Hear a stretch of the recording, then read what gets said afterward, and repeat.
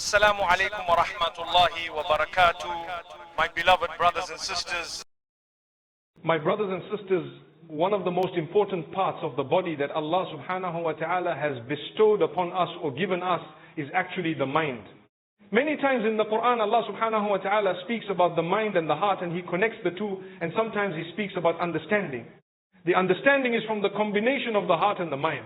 Sometimes we know the right thing, but our heart is telling us something else, and the mind is saying something else. In this confusion, a believer is always guided by revelation, and no matter what, we should always go back to divine guidance. Seek from Allah, ask Allah subhanahu wa ta'ala, and Allah is the one who will bless us in every way. But today, I'd like to address an issue that many people are facing. We face challenges of being negative. Negative because the world around us is tough. So much is happening. The pressures of this world and the stresses of the environment are real. The ups and downs happen to be faced by us on a daily basis. It's not so easy to keep a positive mindset in the midst of all of this. But Allah Almighty gives us the most blessed example of the life of Nabi Muhammad sallallahu alayhi wasallam, having told us that He chose him, a chosen one, the chosen one. The highest of all of them and the best of creation. We say the best of creation. The most noble of all prophets of Allah subhanahu wa ta'ala. But do you know, from a very young age, he went through challenges and there was always a positive mindset no matter what. The height of it was in Ta'if when he was not treated well by the disbelievers at the time, and they actually harmed him and injured him.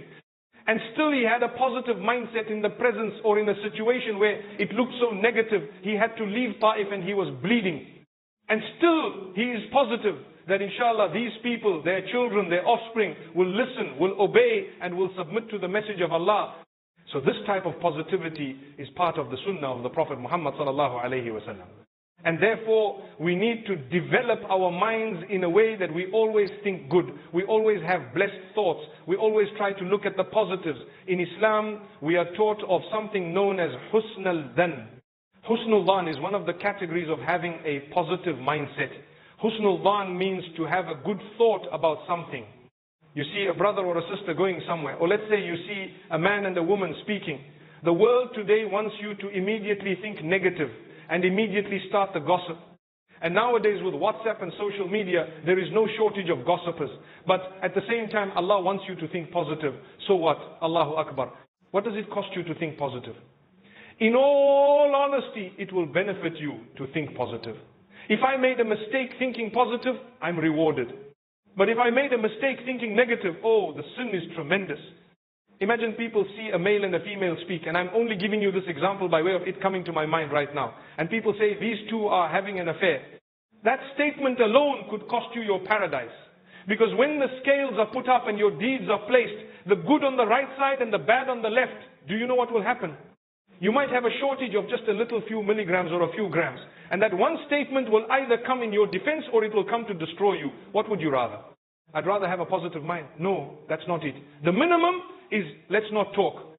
When Aisha was accused of immorality, the mother of the believers, Allah mentions the categories of the people.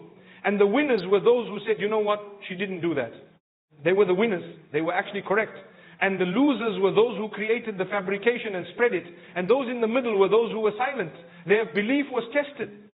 The positive thinking at that particular time was that a believer would look at himself and reflect over his own condition and say, you know what, that's a lie, that's it. It was better for them to have said it was a lie because firstly, there was no proper evidence. Today we have people who talk and they just speak. And because we have social media, they have a platform. And what do they talk about? Anything and everything. Sometimes they spread hate. Sometimes they spread total falsehood. Sometimes they spread opinions that have no basis in the Sharia. What that means is, in Islam, there is a great level of evidence required before you lay an accusation. It's different from the secular world. In the secular world, when a judge sentences you even to the highest punishment, he will say, for example, that this is beyond reasonable doubt. In Islam, if there is doubt, you cannot issue the highest level of punishment. It has to come down. Because there is something known as a shubha. Shubha meaning there is a slight bit of a doubt. So this is the difference. In Islam, when there is no doubt, you can open your mouth and you can talk. When there is a doubt, you give the benefit of it, come what may. So this is the teaching of the beautiful faith of Islam.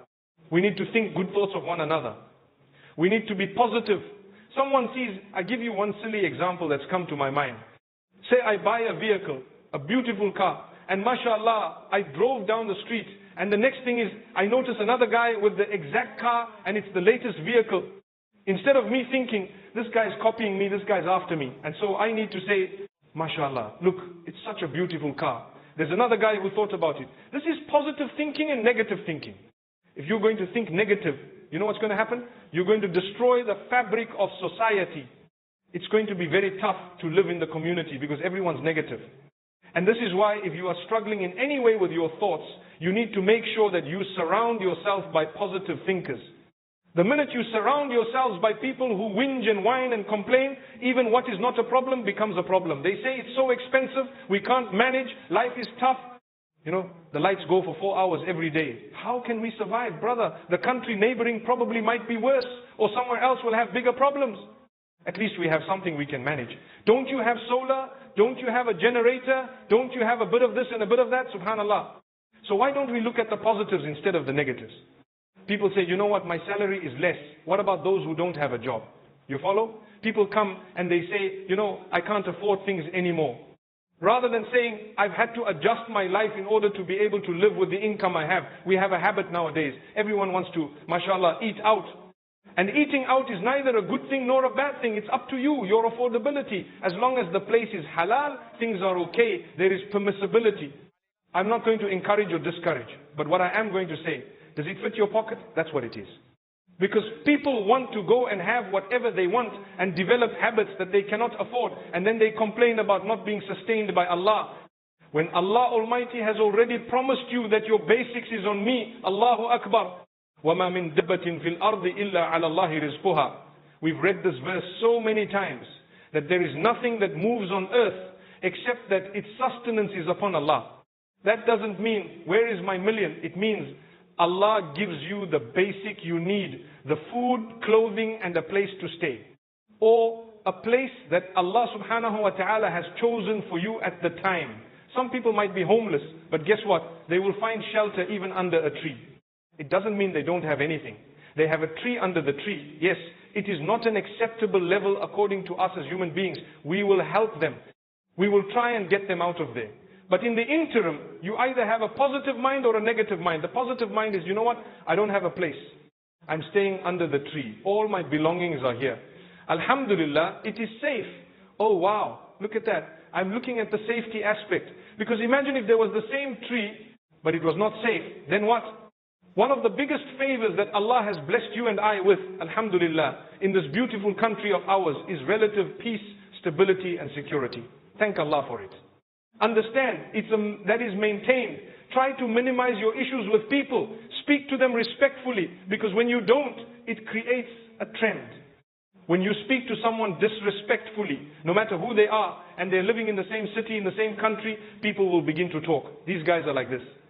Those guys are like that. Before you know it, it becomes a pandemic, a huge issue.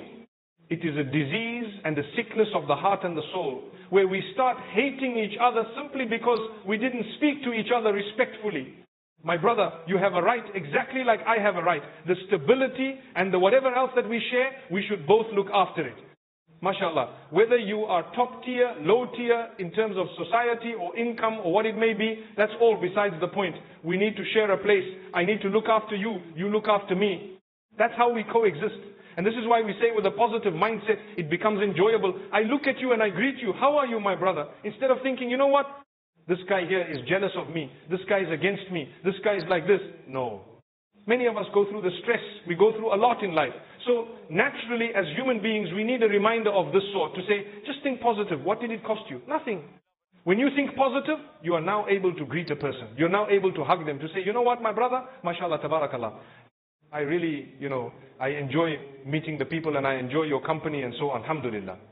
So my beloved brothers and sisters, looking at the issues we are facing across the globe, we have Gaza on one hand. We have so many other personal issues of people. On the other hand, personal issues, we need to remember, while calling out to Allah, while making dua, while giving out your charities, have a positive mindset, things will come right. That's the only way that a believer should be looking at it. There's no other way. And that's why the Prophet ﷺ tells us, a true believer his affairs are amazing, really amazing. Are you a true believer?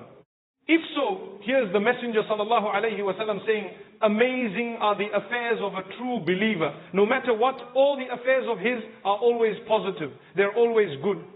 Because if some calamity or difficulty or hardship comes in his direction, his patience is positive. And if some positivity happens, he made a profit and something happened in his diet, for his growth and so on, his gratitude is the positive, he's grateful to Allah. So when you achieve, be grateful to Allah. Be positive-minded. Don't let it make you haughty and arrogant. Because as I said moments ago, it will lead you to treating people in a negative way. And that creates a disaster. Long term, you might think, so what? I can talk to people how I want. I've got all the money. These people work for me. That's an attitude. Remember, Allah says the days turn. We know of people, they had a lot. Now they don't have. We know of others who had nothing. Now they have a lot. And we know people whom Allah has kept steadily in the middle. All that is a favor of Allah or a test from Allah. It's up to us to understand that positives and negatives will occur in all our lives. But we are the ones, surround yourself with people who will talk to you and remind you, brother, don't worry, we're in it together. I remember there was a time a few years ago, we were going through some really, really challenging times in this country. And I remember talking to some people and saying, don't worry, because we are together, it feels less. The burden is less. Is that not true? When you and I both do not have electricity, what happens? We talk about it and have a laugh. There was a time we used to queue for some basics like bread and milk and so on. In the queue, we got to know people. We used to queue for what? For fuel. The queue, mashallah, we got to talk to people. We got to know people. We didn't know. I remember people who used to queue overnight and some of them used to park their cars there and whatever else. And subhanallah, things became easier and easier. But guess what? The complaints became more and more. This is man. Allah says, you know what? Is it not about time that you stop complaining and start thanking Allah? Look at it from a positive way. Allahu Akbar. Allah is great. And this is why I say, if I look at today, wallahi, life is tough, but it's better than what it was just yesterday. It's tough, better than yesterday. May Allah Almighty make it easy for all of us and grant us barakah and goodness. May Allah make us a positive light for everyone. May Allah Almighty help us think positively of one another. Think good thoughts. Have a good thought of one another. And may Allah Almighty help us to help one another in a way that is pleasing to Him. Because the hadith of Rasulullah sallallahu alayhi wa sallam also says, if you would like the help of Allah, one thing you need to do is pick yourself up and help someone else. How's that? I want help in something. Hadith says, Allah's help will be with a person for as long as that person is busy helping someone else. Allahu Akbar. Look at this. So I'm in need. Allah saying, you know what? Have a positive mind. Look at those in greater need. What does it do to me? It makes me think, hey, guess what? A few days ago, I was somewhere and there was a person who just got a handout of an amount of money. And immediately I witnessed someone was asking for money. A few minutes later, and this person took out a portion of what they were just given a moment ago and gave it out and said, you know what? This is a cause. They need more than I do. And in my mind, I'm thinking, subhanallah, may Allah bless them in abundance, in abundance. And I want to end with a small example of this. You see, Allah Almighty watches. He sees. He knows. Guess what? He is the owner of everything, including you and I. He's the owner. He owns us. He created us. So He's watching. Imagine you, a little tiny creature of Allah. In the eyes of Allah, we are like a speck, right? And Allah's watching. Allah says, okay, I gave this guy, let's see him walking. Now you're busy walking. You're either going to walk big or you're going to walk humble. And the cause comes, someone is asking something, or you found out about someone in need or something, someone struggling, and you're looking and you're thinking to yourself, should I or shouldn't I? And there is Allah watching you just to see, I gave this guy so much, let's see if a fraction of it can come out. I promise you, I swear by Allah, when you give and you are happily giving, Allah promises He will multiply in abundance what He's given you out of joy and happiness. Allah gets happy. Allah becomes happy to see you giving from what He has given you. You know, this verse in Surah Al-Baqarah is a powerful verse. O you who believe, spend, give from what we have given you and what you have earned, and from what produce we cause to grow from the earth. You're a farmer. Allah says you watched the things grow. You saw your tree. You planted it at home or wherever else it was. You saw all these apples or leeches or whatever it was.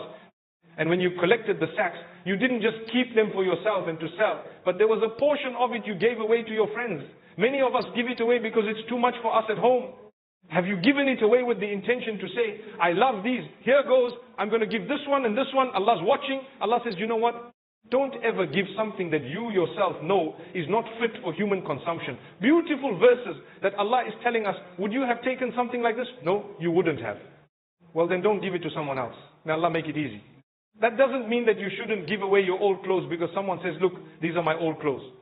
But if they're tatty and torn and they have holes and they're not fit for a human being, in that case, you don't give them. And if really you feel there is someone who might take them, make it clear. Look, I don't think this is fit to give people. But in case you want to use this for something, you may take it. Recycling, whatever it may be. But the point I'm raising is, look, when we give and Allah is watching us give, He becomes happy and He will give us more and more. Just like if you have a son or a daughter who's a little 3-year-old and you gave them $10 and then they witnessed someone collecting money for Gaza, for example, and they say, Dad, can I give 2 of my $10? What will you do?